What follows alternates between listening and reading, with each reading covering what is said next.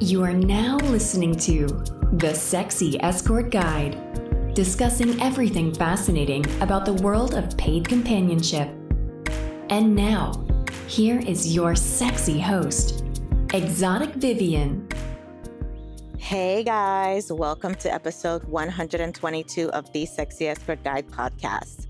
I'm your host, Vivian, and today we are stripping things down to the essentials, cutting through the noise and simplifying the foundation of our business. Joining me all the way from Australia is Ms. Isabelle Fox, a former escort turned savvy entrepreneur. Isabelle leveraged her earnings to build a corporate business, one she later sold for profit. Now she's come full circle, founding Escort Academy, a company dedicated to business coaching and mentorship for escorts. Her ultimate mission? To create a premier business school for the entire adult industry. But first, a word from our sponsor. Today's episode is proudly sponsored by our Diamond Tier partner, Companion Tax and Accounting Services. If you've been tuning in, you've probably heard from the mastermind himself, the owner, Mr. Eric Palasek. This isn't just any tax firm, folks. It's a team that has got my full trust. Yes, they are the wizards I turn to for all things tax and bookkeeping services. Why? Because Companion Tax is tailor-made for us companions. They've been in business since 2011, setting the gold standard right out of South Florida. And guess what? They are licensed in all states. So whenever you're ready to elevate your financial plans and dive into the future with Companion Tax, head over to companiontax.com, fill out their quick new client form, and kickstart your financial success. Hello, Isabelle. Welcome to the show. Hello, Vivian. Thank you so much for having me on. It is a pleasure to be here. Yes, I know you're from the other side of the pond, but I figured this would be a great learning opportunity because we have listeners from all over the globe. And a lot of your stuff pertains to Americans as well. So let's get started. Please tell the listeners a little bit about your background and how you got to where you are today. Yeah, certainly. So I started in the industry when I was 18. I'm 30, almost 31 now, when I stepped into a brothel for the first time and began as a full-service sex worker. I worked in many different areas of the industry, from the brothel that I was in at the time, where I was there for about a year and a half, 2 years, can't remember exactly.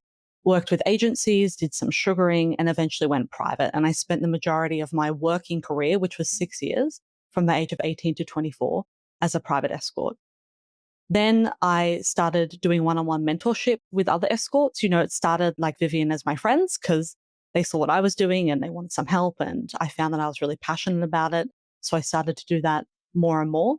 I eventually did that full time. But at about 25, I decided to start a corporate company, sold it at about 27.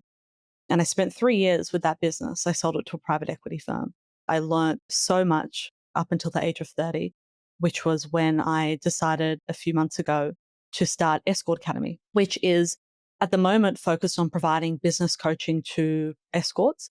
However, our long-term mission is really to build a business school for all adult industry workers globally, to essentially create the business education and support that I wish I had had when I started, and that I really think the industry needs and that I'm super passionate about. So that's where I am today. Awesome. That's why I started this podcast. At least one of the reasons I started this podcast in the first place is for us to have some kind of a guidance because, as you said, we don't have guidance, or a lot of us did not have guidance coming into this industry. And we just kind of figured it out as we went. So it's nice that there are other women out here wanting to help others. So what made you even think about escorting as a career path in the first place? Because you started at 18. That's like brand spanking new into adulthood. Like, what made you decide escorting was for you? And escorting is legal in Australia, correct? Yeah. So, I mean, the term escorting, in my opinion, means different things to different people in different places. So when I speak with Americans, typically the term is used in the context of companionship, paid companionship, which is legal where they are. Whereas in Australia, where sex work is legal, typically if somebody's saying I'm an escort, they are probably a sex worker. That being said, we shouldn't assume. We need them to define what they mean by that term. But for, sake of the conversation, yes, sex work in Australia is legal. And Let me go ahead and clarify the question. Prostitution is legal in Australia, yes? yeah, I mean, look, there's different forms of legalization in different places, and different things are and aren't okay. But to answer the question very generally, Vivian, noting that laws change and I'm not like the bearer of the laws, yes. Yes. Okay. So that's where a lot of people on your neck of the woods have I would say, a more relaxed, stress-free life because they don't have to worry about the popo coming after them while they're trying to run their business versus here in the United States where we have all kinds of issues going on. So what made you decide escorting was for you? At 18, nobody even knows what's going on. Yeah, well, the seed was planted actually when I was 15. 15. Wow. Okay. Yeah, I saw the show Secret Diary of a Call Girl. Have you seen that show? Yes, I did see that show. Yes. I don't know what I was doing watching it at 15, but I was. Yeah, I should share that. Like, I grew up pretty poor, got 5 brothers, so a very big family, single income household. My mum stayed at home, my dad worked. Times were tough. Like, I lived in a rough area where I was, and seeing that show was really just everything Vivian and I didn't have, in terms of like, there was this independent woman living life on her own terms. And at the time, the actual job itself wasn't like a huge thing in my mind. It was more the lifestyle that I saw that she had and the freedom. And so when I turned 18, it had just been on my mind that that was an option. And for various reasons, I thought, you know what, I'm going to give this a go. The reason I stepped into a brothel was just because it was like, well, it was just like the simplest option. You could just walk in with no experience, no nothing, don't have to do your own advertising. There are other people there that you could speak to, other girls that I got to talk to. So I just decided I'm going to give this a try. But yeah, the seed was planted a few years before that time. Interesting. So, yeah, Hollywood, if you're listening, whatever you put out there, young girls are watching. So please try to make it as accurate as possible. I actually did like Secret Diary of a Call Girl, except for a couple of stupid mistakes that she made, which most girls make in our business. I would say that's probably the most realistic show I've seen of all the stuff that has come out so far. And I did like it. It just was not based in the United States. So we're all watching on the outside going, wow, this seems nice.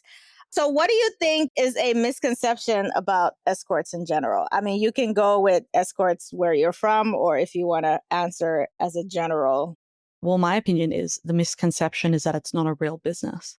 It's not spoken about that way, typically not regarded that way. But in my opinion, it's a professional industry like any other, the industry and the business of escorting. I agree. Yeah, it's laced in how people talk about it, how it's perceived in the media.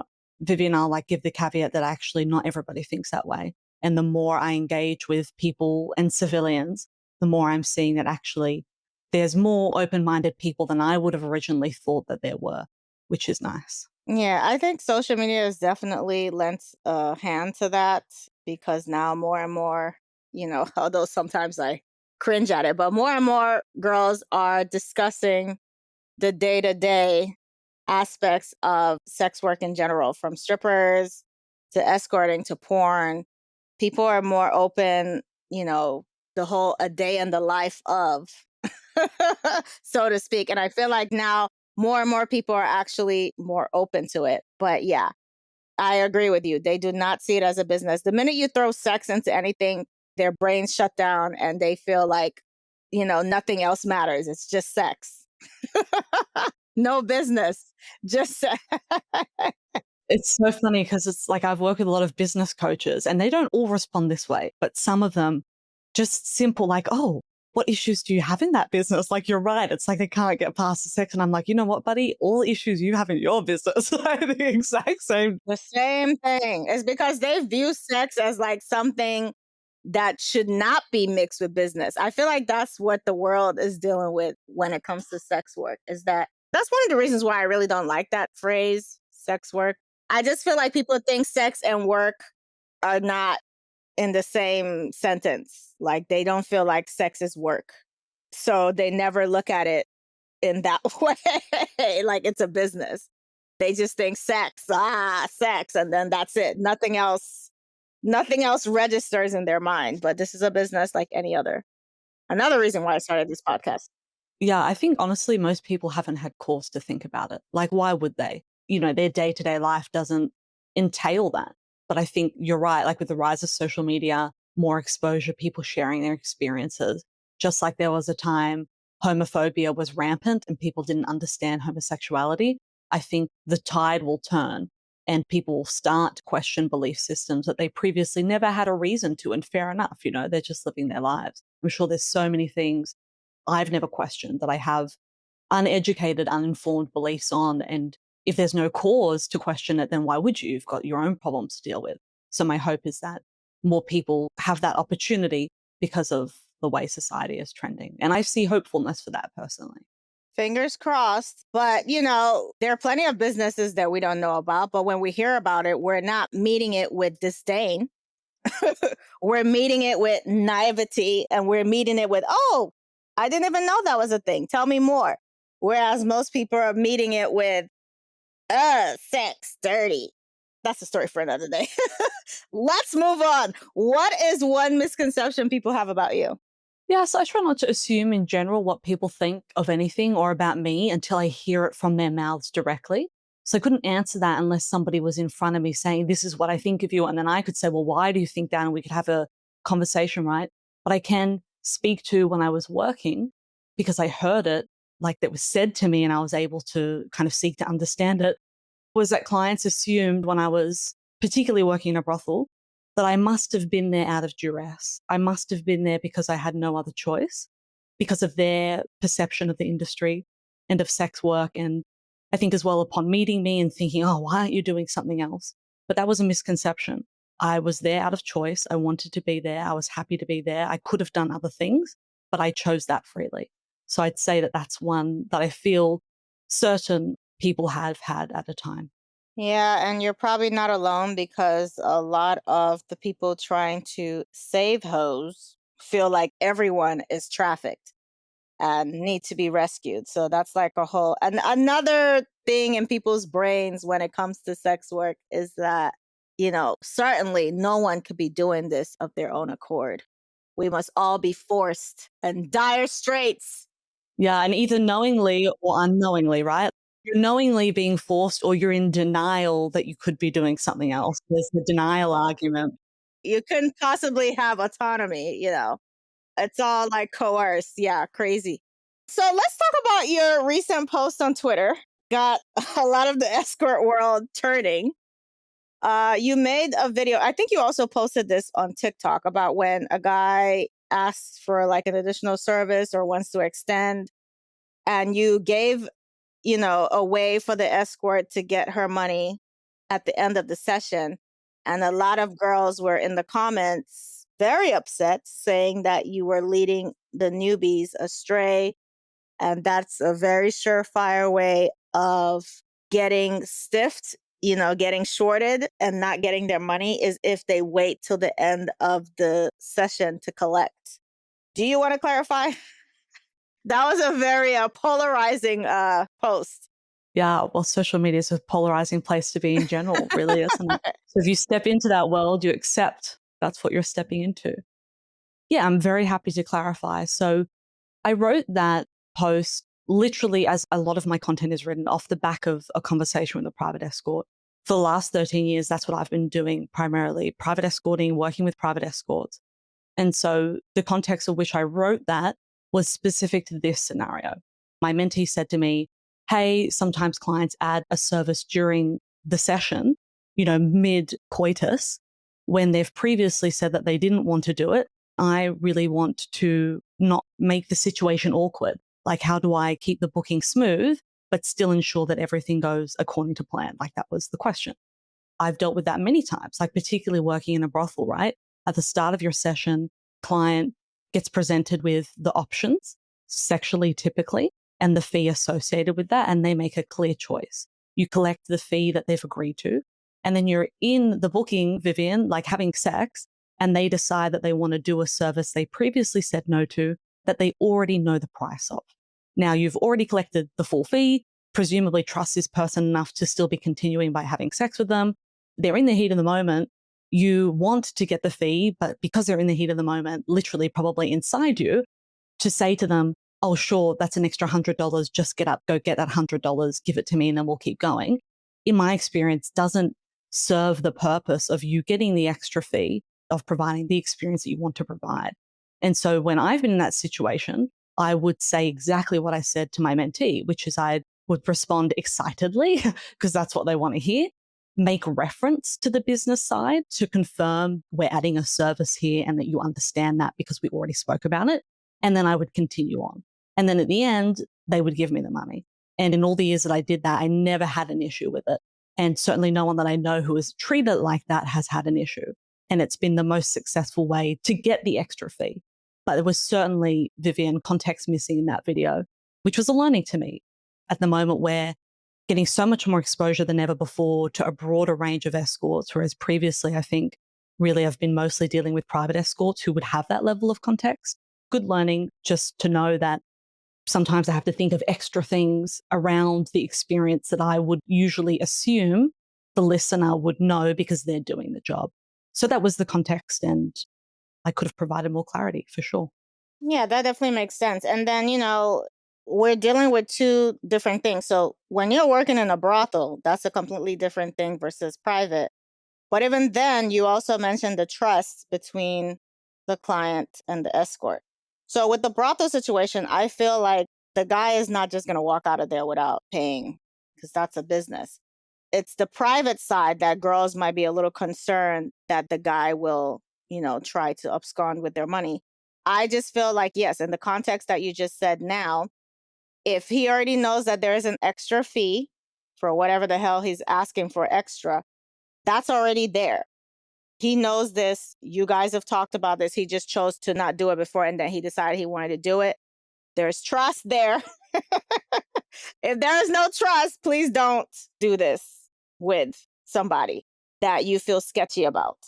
Like, you have to feel in your gut, this guy is good for it. If not, get your money up front. So I feel like that definitely clarified a lot of things. But yeah, trust. And you guys already discussed it in advance where he knows that there's an extra fee.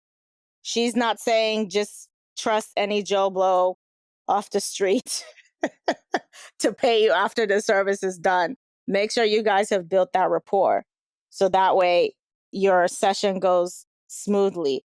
I have regulars and stuff like that. But although at this point in my career, usually everything is discussed in advance. And if anything, for whatever reason comes up, I don't have any doubt that I'm going to get my due. So I'm glad you did clarify that because a lot of girls were up in arms. And look, rightly so. If you hadn't heard that context or been speaking of it specifically, then I can understand why people would jump to that. And so it's good that they commented on somebody. If somebody was reading it without that understanding, they would have seen the comments and thought about it differently. I'd also add to it two things. We need to make a fully informed decision based on the situation at the time. And in any job, particularly our job, every encounter is different. So you have to decide what you're most comfortable with in the moment. And that's not always clear.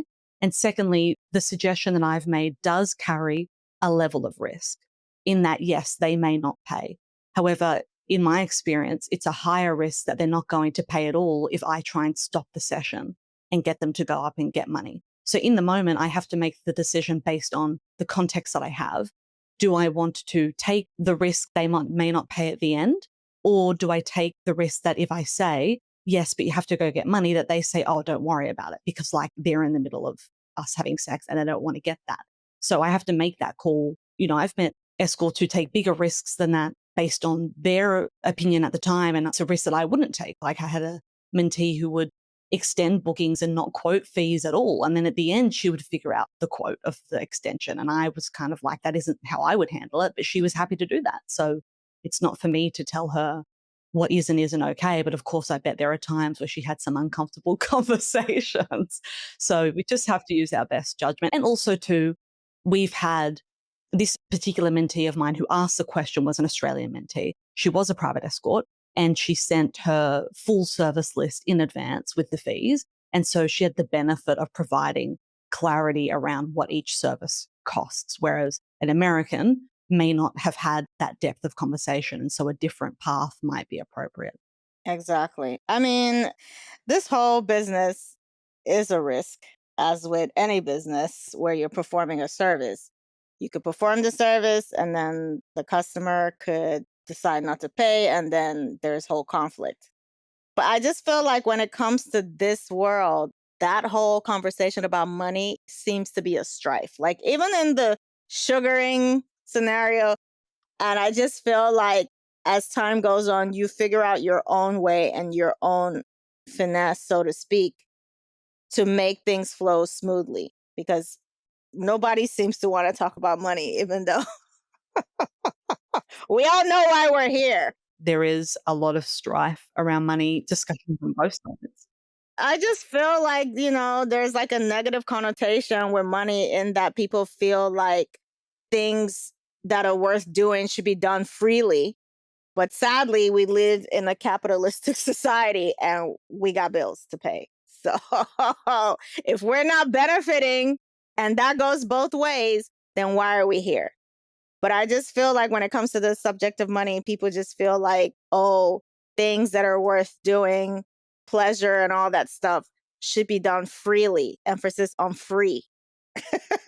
So that whole topic of money becomes this very difficult conversation, but it has to be had. You have to do the difficult thing if you want to succeed. And thankfully, we have this industry where everything is kind of laid out for you. Like there is no confusion that you're here paying for a service versus, say, the sugaring world where those lines could be blurred. If you're not like business minded, you could literally just go with the flow and then the sugar daddy could literally take advantage of you. So it's a very touchy subject in the world for whatever reason. Anywho, speaking of money, you were charging $2,000 an hour at the end of your escort career, and you have helped many of your mentees raise their rates. Do you think that there should be a baseline price all escorts should charge?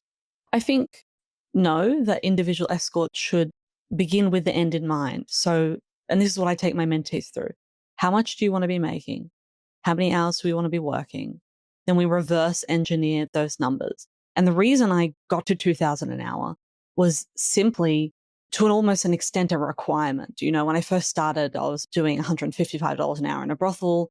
And I just came to realize that with the income volatility, with what I was trying to do to set myself up financially, and with the nature of the job, which is a physical job, just like an athlete who plays a sport professionally, I could only do so much. And charging those rates, I could not do physically the volume that was required to make the money I wanted to be making. So it was really only at that point that I realized I'm going to need to charge more. And it was just through going on that journey where I started to really think of, well, what am I here for? What am I trying to achieve? And what's actually possible and doable for my body, that I realized that I had to increase my rates. And so I take that same approach with my mentees. And that's how I recommend all business people approach their business. Of course, you have to keep in mind market norms and the money that your client base actually has access to. All of that matters. But if we begin with the end in mind, we have more clarity over what we're trying to do and why, and we can pick the appropriate path. Because there are many ways to skin a cat. You can be lower price, medium price, higher price. There's really no right and wrong. There's just a different set of parameters with each one. It's the individual's desired outcome, which I think should dictate which path they take. So in addition to, their own personal situation, should they be looking at the market going rates in their area as well to kind of figure out where they want to price themselves, or should they not even look at that at all? I do like to look at that. And I think a good place to start, Vivian, on day one, and it's where I started, relative to what medium of the industry you're working in and where you are, is to begin at market average. What I personally like to do is to add a higher price offering. So I might have, let's say I'm in an area where the average going rate for an escort is $500 an hour.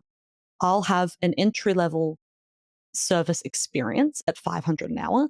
And then I will add a higher priced option at $650 or $700, about 20 to 30% above that. I will seek to push clients into that higher level of spend for two reasons: to demonstrate to myself that I can do it, because a lot of people have mental barriers around pricing themselves, like, oh, I can't charge more than market average. So they need to see for themselves that people will pay more.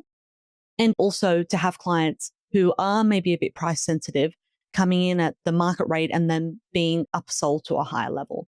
And then the approach that I took when I was working was I just continually raise my rates. Once I became busy at one set of rates, I would raise them and go up to the next tier. That's actually quite smart. Yes. So if you're super busy, then you know that you need to be raising your rates. And then also add like the second tier of a higher rate to your pricing model. And that should work for you. I think that's actually a very good way to approach it, because the last thing you want is to like start super high and then end up having to lower your rates because you didn't do any research or anything. Nobody wants a price going down. They only want it going up. It also applies to real estate.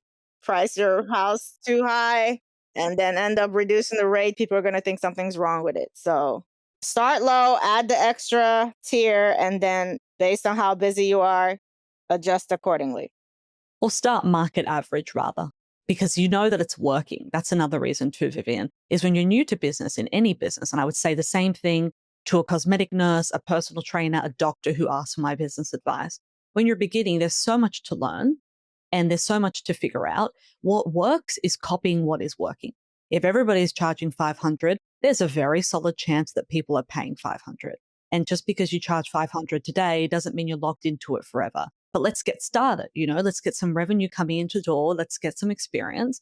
And then once you've been doing that for, and it's different for everybody, a short while, then let's increase the rates. We don't have to build Rome in a day and we don't have to stick to one thing. And we can also learn strategies to increase rates for current clients, which work pretty well. That's the reason I approach it that way, is there's just so much to do when you're new. Let's not make things hard for ourselves on day one when it's already hard. Business is already difficult. Exactly. Exactly. What would you say the biggest mistake you made was as an escort? Giving away my financial independence by becoming too reliant on one client. Oh, this is a good one, because you meet the one quote unquote whale, you get comfortable, and then you forget that this is a business. One thing leads to another, rug gets pulled from under you, and you're left scrambling. Do not put all your eggs in one basket, pretty much. Yeah. And not to mention the emotional toll along the way, because they don't disappear overnight. It becomes more difficult and taxing and typically manipulative, I found, unfortunately. So along the way, life gets pretty shit. And then, yeah, either you leave because you just can't hack it, or sure, they wake up one day, they found somebody else, which of course they're not locked into paying you for any reason. So it's pretty messy. The emotional toll, I feel like, is a high price to pay. So don't do it. Or at least hedge your bets if you're going to do it. Don't put all your eggs in one basket. I know you started in a brothel. Did you have like any mentors, or did you figure out everything on your own as it pertains to sex work? Specifically for sex work, no, I didn't have any mentors the day that I stepped into a brothel. I'm very thankful to the other women working. One in particular, I think her working name was Annika, who took me under her wing. Every time I had a question to ask, she'd answer wholeheartedly, warmly, as opposed to other people who probably would have just like walked away or not wanted to speak to me, as that was kind of the environment. So I had that, which I'm extremely thankful for. But no, otherwise it was, here's your client, there's the room, off you go. And I didn't Have even know what to fun. do. Have fun. Have you dabbled in any other line of adult entertainment, or was it pretty much just escorting for you? Pretty much just escorting and working in a brothel, sex work, but I have done sugar arrangements too for a time, but outside of that, I haven't done stripping or anything like that. What made you decide to retire from being an escort and then start mentoring other escorts? Well, it happened simultaneously. So at 22, my rates got to 2000 an hour.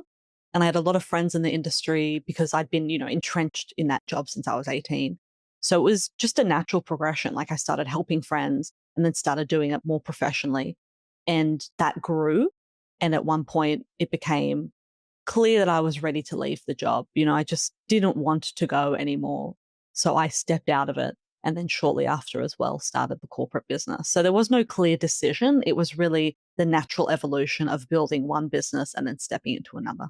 I mean, that is what a lot of girls have said is that you'll know when it's time to transition. So, describe your ideal client, which would be an escort, to mentor. The number one trait I look for is a bias for action, somebody who is an action taker. Because in my experience, if you want something to happen and you can take action, you can have the courage to act, it will happen. So that's what I look for. So, somebody who's a doer. Got it. So, how do you go about coaching newbies that are looking into getting into escorting, like branding and marketing? How do they create their brand? What should their marketing be? How do you coach them in that regard?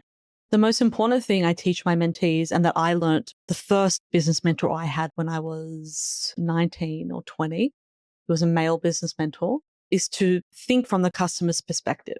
Put yourself in their shoes, which is, hard to do because when I first started doing that, I was a 20-year-old female and most of my clients were middle-aged men. So it's difficult to think from that perspective when I have never been that. But you can take steps to learn. You can consider, what do I hear from my clients? What do they say? You can do research online. That's the most important thing, is the marketing and branding takes care of itself when you can put yourself in the customer's shoes and speak their language, because that's all it is. When a bag store is marketing to a woman to spend $2,000 on a bag, what they need to understand is, what does this bag emotionally mean to her? Why is she buying it? How does it make her feel? What does she need to believe? What fears does she have about making this purchase that we need to overcome? And so we need to do all the same thing with our clients relative to the language that they speak, which is another area that I find we all struggle with, because men do have a different communication style to women. And so we need to be able to think from the customer's perspective, which we don't have, and then speak in their language, which we don't have because we're not them. But all of those things can be acquired and learned. And so that's the process I go through with marketing. So, how would they know if their strategy is working aside from them getting people booking them? Is there any other way to test that your marketing strategy is working? The simple answer is, are you making money? That's always the golden measuring stick. But then below that, Vivian, is if we are tracking various data points in our business, so volume of inquiries, volume of conversions, booking length, average booking spend, then we can see what areas of the business need to be improved. Because there's always, if you think about a client eventually coming to see you, right? Like, we only make money when a client's there in the room with us and has paid, right? There's a number of steps that have to happen before for that to occur. If each of those steps is not working optimally, it's going to decrease the chance of that person ever ending up seeing us. The golden measuring stick is, did we get paid? But before that, it's, what are all the steps and the actions that the customer has to take to actually arrive at us being paid? And where is the gap? What's going wrong? So if I work with an escort and they've got a really high volume of inquiries, like they're getting hundreds of texts a week, but they're not making very much money, then that tells me that her exposure is pretty good. She's getting enough interest, like clients are seeing her ad and reaching out, but something's happening in the conversion process. And so if we focus aggressively on improving that, we've got a high likelihood of increasing the amount of bookings she gets and money that she makes. So, how do they know who their target audience is? How do you decide your market as a newbie? As a newbie, I wouldn't overcomplicate it by focusing on that. I would really be seeking to understand, like, where am I located? What can I see is working online? Can I replicate it? And what's the result for me? And then we make a decision based on results. Am I making money? If I am, awesome. How can I improve that? If I'm not, where do I think that something is going wrong? I don't think the target market is necessarily as important, because our target market is really men who are looking for escort services. And then we can niche down below that. But on your first day, that can be more complex than it needs to be, when really probably all you need to worry about at the beginning is, does my ad attract paying clients? Yeah, but you have some girls that feel like certain areas they just don't do well. Do you recommend girls moving around, or are you adamant that you can find a client wherever you are? In my experience, if the marketing speaks to the client and their, hopes and fears, the location is less of an issue. Because, I mean, where are there not men who want access to intimacy? So it's not the first place that I go to. I would look to be making sure every other area of the business and marketing is optimized before I assume that the location is the problem. And I'm yet to come across a scenario where everything's been working well, but they haven't been making money because of where they're located. I haven't seen that yet. Doesn't mean that it doesn't occur. I just haven't experienced it. I do believe that too. I feel like you can try to figure out your little niche in your home market. There's people everywhere, unless you just live in some Mormon land or something. I don't know. Amish people. I don't know. Yeah, there's a market in Amish land for sure. I guess. But yes, obviously, if you've done everything that you need to do and you just feel like nothing's working, then perhaps you should tour and figure out where you want to be. Because that's kind of like what I did. And then I still ended up in Miami anyway. Like a few years ago, I was like, you know what? I want to travel and just kind of see the world and see where I want to be.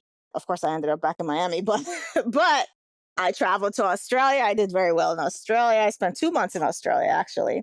Really? Whereabouts? Oh gosh, I was in Sydney, Brisbane, Perth, Adelaide, and the one that you need a license for, Melbourne. Yeah, you don't need that anymore. Oh, really? They changed it. Okay.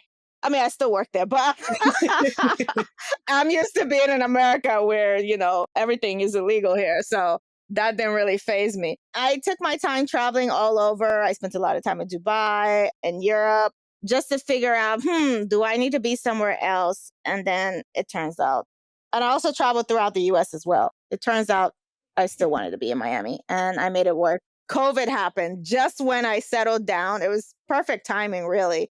COVID happened, and then we were all forced to kind of lay down our roots, so to speak, settle down. And it worked out because I was already in that mindset that, okay, I'm going to make it work here where I live.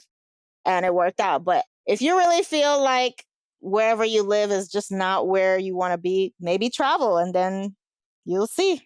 That's the beautiful thing about this job is, yeah, I mean, there's different circumstances and parameters everywhere, but the customer need for the service is everywhere, really. So it's an international job, which is pretty cool. I know Australia has completely different laws because, as we mentioned earlier, escorting is for the most part legal there. But did you have to implement any changes in your marketing since like the whole FOSTA SESTA thing? Nothing jumps out, but some of our payment options with the websites that are hosted by American companies changed, which certainly triggered some escorts to leave those platforms. They wanted photo ID unless you were paying with crypto, and not everybody wanted to pay with crypto. So there were workers who migrated to different sites, which would have changed their marketing a bit because they weren't using websites that they were familiar with. But that's probably like the primary thing that stands out. Are there any trends that you see happening for 2025, 2026 when it comes to marketing? Like, what do you think escorts should be focusing on as far as their marketing goes? No trends come to mind, but for sure, my answer is the most important thing is to know if you have product market fit.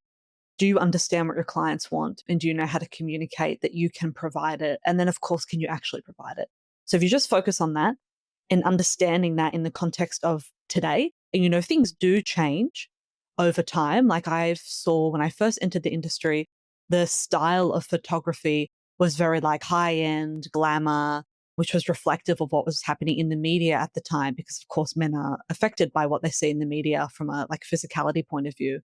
And now there's a bias for really natural photos and a different sorts of imagery that we didn't see 10 years ago. So that's been a trend that's changed. But for the most part, if you're constantly thinking about what does my client want?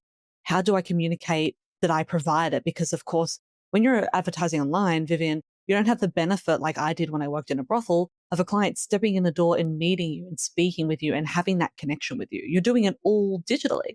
It's be like a retail store that only has an online shop. They can't have the customer pick up the bag and feel and love the bag. So all of the selling has to happen with no communication, which is hard to do. That's extremely difficult. So we need to understand what does the client want and how do we communicate that in the medium with which we're communicating it, which is typically online and via text. And then, of course, we want to make sure we can follow it up with the service so that they're happy and that they come back. And I find that most escorts are very good in the room. It's just the marketing part at the front end that's more challenging because we don't get taught how to do it.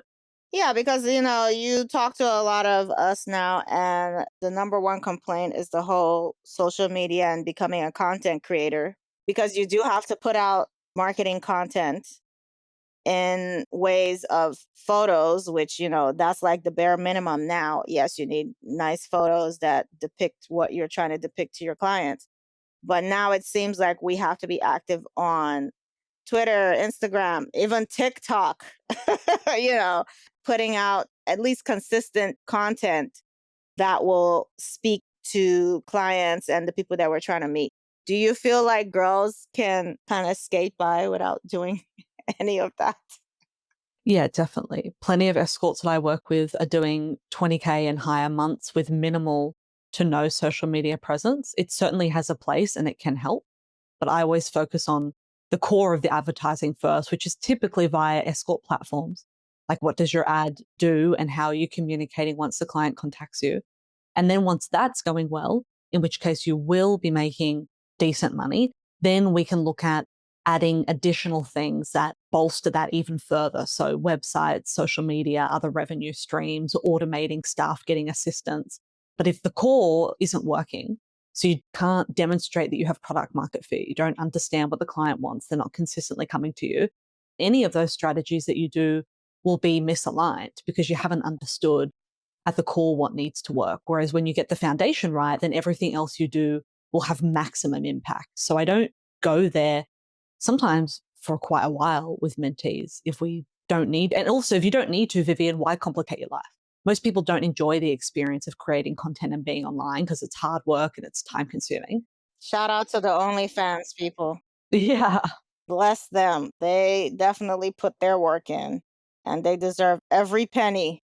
They are constantly putting out content. It's a lot. What is the worst advice you've ever gotten when you were an escort? Seriously, nothing comes to mind. Wow, interesting. Maybe because you did do the brothel thing and then you went out on your own versus the other way around. So you were probably a lot more confident going out on your own because you already had the experience versus someone who's brand new. They'll tend to ask for advice everywhere versus someone who already had the experience and decided to branch out on their own. They kind of already have something to work with. Okay, what about the best advice? Yeah, so something that really stands out is when I wanted to go private, I was very scared, very nervous, and I contacted a lot of private escorts seeking help, and only one person responded. Her name's Estelle Lucas. She's here in Australia, and we later became doubles partners. And she met up with me, we had a drink, gave me her time. And one thing that I was really scared about was, oh, what do I do if I'm in a booking and I can't reply to my inquiries? And she just looked at me and said, so what? You missed some. There'll be more. And I've never forgotten that. Like, I had such a scarcity perfectionist mindset of, great advice that just rung with me for a really long time that, like, it's okay. If you make mistakes, if you miss some, it's okay. What if I miss a booking? That is crazy. That means you're busy. And busy is good. I think, Vivian, it was reflective of my mindset at the time, which was that I was terrified to do anything wrong and to not do everything perfectly. And her attitude of just basically like, it is okay to not be perfect and to not do everything right. And like, so what if you miss some or you get some things wrong? It really stuck with me and it's stayed with me for a long time. That's awesome that she was able to put your mind at ease. We do tend to worry a lot about things that don't really matter till this day. So let's try to get to know a little bit about you because all we ever see online is your very very business minded self, but you are a real person. Yeah. What do you like to do in your free time? Outside of working, which I very, very much enjoy, I spend a lot of time in the gym or outside in nature. I love nature. I spend a lot of time reading, both like educational stuff and also just fiction. Like, I'm reading like a vampire love story right now. It helps me get to sleep. I could never get into fiction. Reading it, then you got to come up with things of how. No, no, I don't need my imagination. My head already has way too much going in there. I don't need fiction to be in there too. So you're reading vampire stuff. Okay, favorite vacation destination? Paris is my favorite city in the world. Really? Okay. I love it. What about Paris do you like? Do you have like any top spots we should go to or do you want to save that for yourself? Oh, no, no. There's so many. I mean, anywhere in Paris, what I love about it is just like the beauty of the city, just like the architectural aesthetic beauty and just being in the city. So, anywhere you go, I mean, I particularly like the Louvre, which is strange because I typically find museums super boring, but this one was phenomenal. The Louvre is nice. I would have to say, like the first time I went, I was very underwhelmed by the Mona Lisa, but that's a story for another day. You keep hearing about the Mona Lisa, you think it's this grand thing, and it's just like a tiny little thing behind ropes. Very underwhelming. But everybody was still lining up to take pictures with it. Top 3 books you recommend every escort to read. Oh gosh, this is so difficult because it really, I would always preface it with what are they trying to like do better, but I'll throw some out there. So there's a book called Essentialism, The Disciplined Pursuit of Less. I've got them here next to me right now by Greg McKeown. And I think it's super important because in today's day and age, people are usually doing too much and they're unfocused, and an unfocused mind achieves little. So this book teaches you how to focus better. Then I'd say The Art of Closing the Sale by Brian Tracy. It's the first sales book that I ever read when I was 18, selling gym memberships in a gym. It's an old book, but it really just teaches some of the basics of sales psychology. And we're business people selling a service, so that's super important. A more modern book is called $100 Million Offers by Alex Hormozy. And it's an updated understanding of what is value, what do customers perceive as value. When you understand that, you will be able to do everything in your business from a way more educated, impactful perspective. So The Art of Closing the Sale, I'd say, is a good first book to read and will also give you a lot of good sales language to use in like off the cuff situations. Whereas $100 Million Offers from Alex Hormozy will really teach you to understand the relationship between sales and value and customer perception. The last one is called Breaking the Habit of Being Yourself by Dr. Joe Dispenza.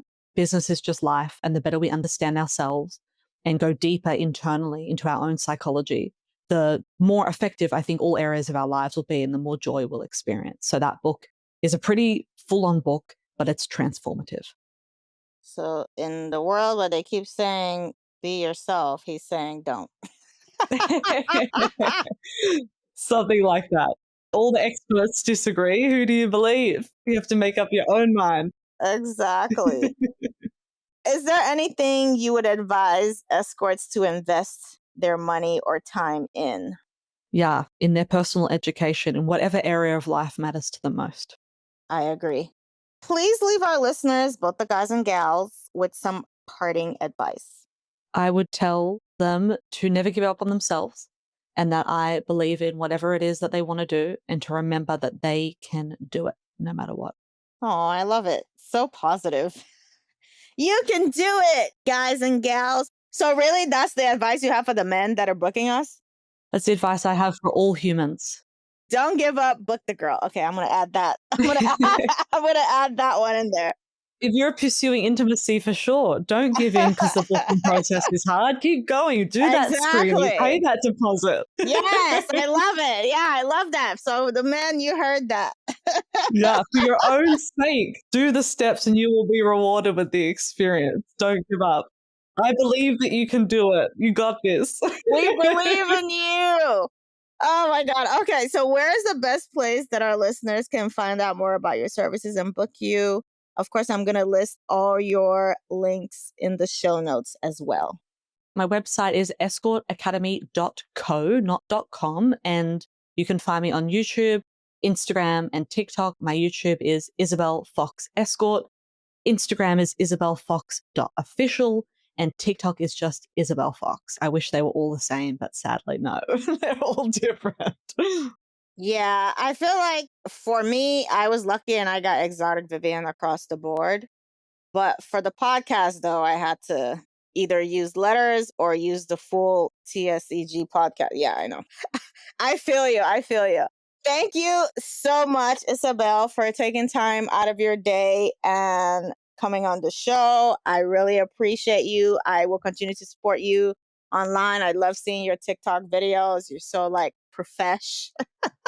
I feel like I'm listening to like a Tony Robbins or something, giving business advice when I come across any of your social media content. So thank you so much for coming on. I appreciate you. Hopefully you come back. and we can discuss some more. Vivian, likewise, it's been so good to be here. Such a massive thank you for what you're doing. And we are launching our own podcast, Escort Academy. Yeah, and would love to have you on if you are open to being interviewed rather than the interviewer. It's so weird to be interviewed, but yes, I am open to coming on and being interviewed. I'll be weird, but it's fine. Great. Would love to share your knowledge with our industry. Yes, because it's an everyday learning experience. Every day you're learning, every day you're growing, as with anything in life. This is no different, which is one of the reasons why I started this podcast, is to humanize us and to show that we're just like everybody else. I appreciate you for coming on. Enjoy the rest of your day. I know it's morning where you are. It's evening over here. And we will talk to you soon. Thanks, Vivian. Bye now. Bye. Be sure to follow the show on Twitter at TSEG Podcast and on Instagram at TSEGP. Join our Patreon page for exclusive videos on dating, sugaring, and freestyling tips for both the gentlemen and ladies. Patreon.com/TSEGP. Follow your host Vivian on Twitter and Instagram at ExoticVivian. Please leave the show a 5-star rating on iTunes. Until next time, keep it sexy and stay receptive.